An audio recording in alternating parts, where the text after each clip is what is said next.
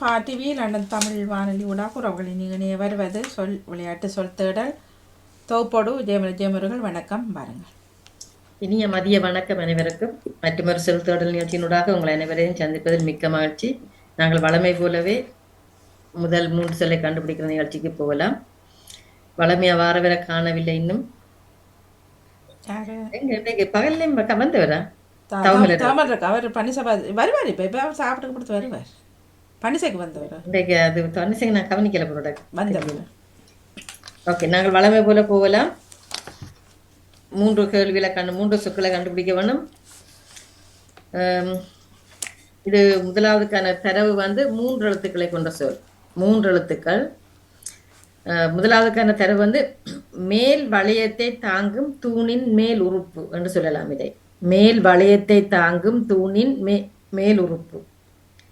2வது குதிரை இழுக்கும் இந்த கூடார வண்டிக்கு இந்த பேர் இருக்காம். குதிரை இழுக்கும் கூடார வண்டின்ற பெயர். 3வது கோரை புல்லால் செய்யும் கூடை இவ்வாறு அழைக்கப்படும். கோரை புல்லால் செய்யும் கூடை இவ்வாறு அழைக்கப்படும். முதலாவது மேல் வளைவை தாங்கும் தூணின் மேல் உறுப்பு. 2வது குதிரை இழுக்கும் கூடார வண்டி. 3வது கோரை புல்லால் செய்யும் கூடை இவ்வாறு அழைக்கப்படும். குதிரை இழுக்கும் வண்டி, கூடார வண்டி, குதிரை வண்டி. இந்த மேலால கூடாரம் போட்ட வண்டி.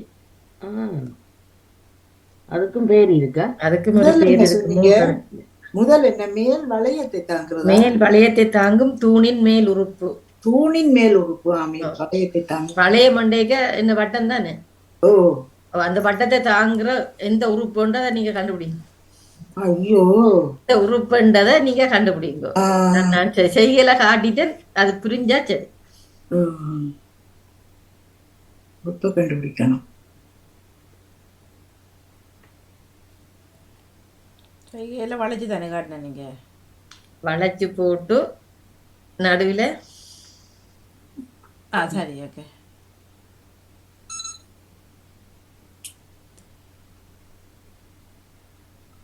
அதுல இருந்தா தான் அந்த வளையம் வட்டமா அப்படி வரும். சரி, இனி சொன்ன மாட்டேன். மற்றதுல கண்டுபிடிங்க. சரி, ஓகே. அது 3வது என்ன? அது முதலாவது சார். அந்த வழியில தான் நீங்க மற்றதுக்கு கண்டுபிடிக்கணும். வேண்டாம், மற்றது நீங்க கேள்விப்பட்டிருக்க மாட்டீங்க நேமா.